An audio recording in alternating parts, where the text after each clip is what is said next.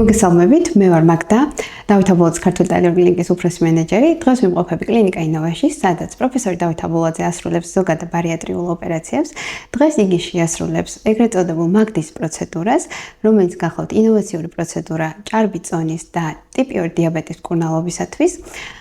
დღეს დავითი მოგვიყვება ამ პროცედურის შესახებ და ასევე გაჩვენებთ კადრებს საოპერაციოდანაც.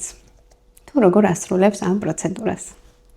წავიდეთ, ახლა შევიდეთ დავით. გამარჯობათ ვიფასო მსმენელებო და გაგაცნოთ მეთოდი, რომელიც პრინციპში შეიძლება ჩაითვალოს ინოვაციურად მეტაბოლურ ქირურგიაში, რომლის ძირითადი მიზანი წარმოადგენს მეტაბოლურ სინდრომთან ბრძოლას და მის ისეთ გამოვლინებებთან ბრძოლას, როგორიც არის შაქრიანი დიაბეტი, დისლიპიდემია და ღვიძლის გაცხიმოვნება. ინოვაციური მეთოდით, რომელსაც ჩვენ თავაზობთ პაციენტებს, რომელიც უკვე დანერგილია მსოფლიოში 4 წელზე მეტია და აქტიურად გამოიყენება შტატებში, საქართველოში, ემირატებში, ავსტრალიაში, ჩილეში, ხდება შერთულის დადება 12 გოჯასა და წვრილნაწლავს შორის, ისე რომ არ იჭრება კუჭი, არ იჭრება ნაწლავი და არ მცირდება ნაწლავის შემწოვითი ზედაპირი. როგორ კეთდება ეს? ანუ არის ესეთი ორი მაგნიტი, რომელსაც ერთს ვაყლაპებთ პაციენტს წინასწარ, დაახლოებით 3 საათით ადრე ოპერაციამდე, რომელიც ჩადის თეზოს ნაწლავში 3 საათში, ხოლო შემდგომ მე შევდივართ ლაპარასკოპიულად მუცელში სპეციალური ინსტრუმენტის მეშვეობით, რომელიც ასევე დამაგნიტებულია, ეს არის ამერიკული წარმოების მაგნიტი არის და ასევე ეს ინსტრუმენტებიც ამერიკული წარმოების არის. და ამ მაგნიტის მეშვეობით, აი როგორც ეს ახლა ვატარებთ, ჩვენ ამ შემთხვევაში ამ ნაწლავის მაგნიტს ესე მივყავ ზუსტად იმ ადგილამდე, სადაც გვინდა რომ შერთული დაედოს. მეორე მაგნიტი ენდოსკოპის მეშვეობით, გასტროსკოპის მეშვეობით ენდოსკოპის ჩააქვს 12 გოჯა ნაწლავში. და შესაბამისად, მაშინ როდესაც ამ ნაწლავის კედლებს, ამ მაგნიტიან ნაწლავის კედლებს ერთმანეთს მივახლოვებთ, ხდება ესე ჩაკეტვა ამ მაგნიტების ერთმანეთზე მიწებება და მათ შორის ამ ნაწლავის კედლის ესე ვთქვათ მოყოლა.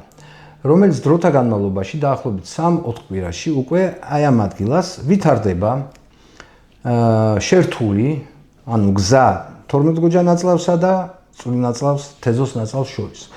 და მაშინ მდგომაც რაც შერთული ჩამოყალიბდება, ეს მაგნიტები პერისტალტიკის მეშვეობით მიყვება კუჭნაწლავის ტრაქტს და ბუნებრივი გზით ხდება მათი გამოდევნა დეფეკაციის აქტის დროს.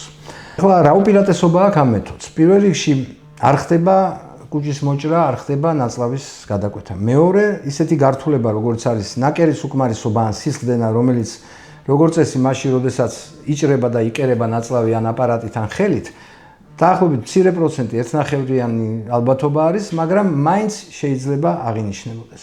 ამ შემთხვევაში ეს გამორიცხულია.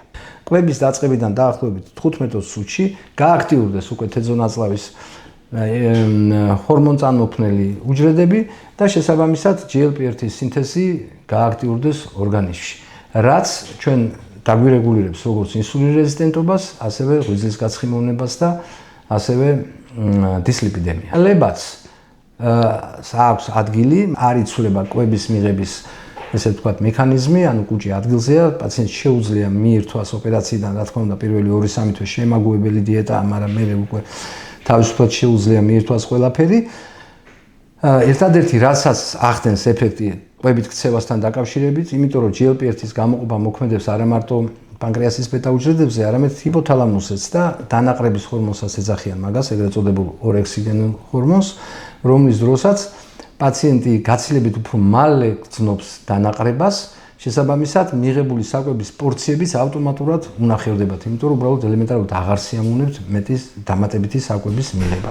დღეს ჩვენ გვაქვს დაგეგმილი ამ ოპერაციის მაგდის წარმოება ქალბატონზე, ახალგაზრდა ქალბატონზე, რომელსაც აქვს მეტაბოლური სინდრომი, ინსულინ რეზისტენტობა, პრედიაბეტი, სხეულის მასის ინდექსი აქვს 33-ის ფარგლებში.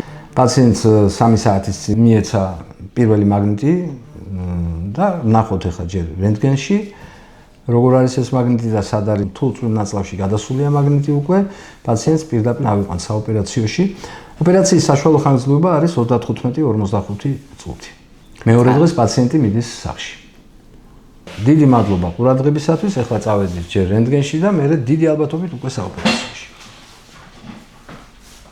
უოდონელი ვირუსომისთვის პირველი მაგნიტი აქვს ჩაყლაპული 3 საათის წინ. და ამ ეტაპზე მაგნიტი უკვე არის მცირე მენში, წვრილ ნაწლავში გადასული, ხედავთ რომ უკვე პერისტალტირებს, აგერ ვიდეოზე ძალიან კარგად ჩანს. გავუშვათ ისე ვიდეოს რეჟიმში. მოდმე გაშუქებას, რა ხედავთ როგორ მოძრაობს ნაწლავის პერისტალტიკასთან ერთად. მაგნიტი არის წვრილ-ნაწლავში და ავიყვანთ ახლა საოპერაციოში და დაახლოებით სადღაც 40 წუთამდე გაგრძელდება ოპერაციული ჩარევა. გოგოებო, აიყვანეთ. აურეკოთ აჩიკოს. არ მივდივარ. საოპერაციოში მაგნიტზე.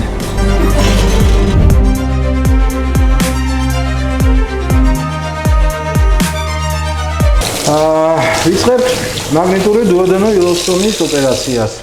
გამოხატული მეტაბოლური სინდრომი, ინსულინ რეზისტენტობით, არის პრედიაბეტი, არის დისლიპიდემია, ღვიძლის გაცხიმოვნება. კეთდება სუფთა მეტაბოლური ოპერაცია კუჭის რეზექციის გარეშე.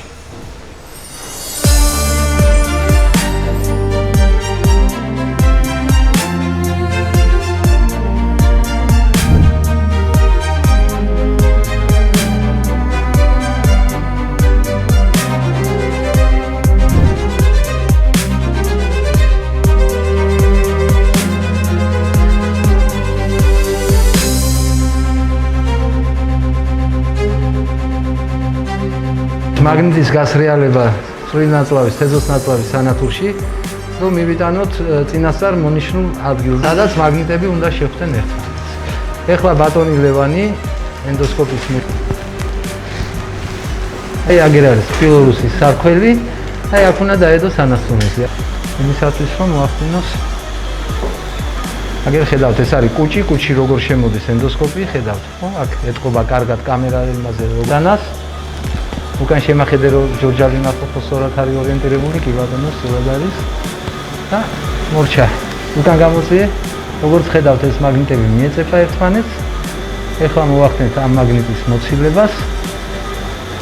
მორჩა, ანასტომოზი ფორმირებულია.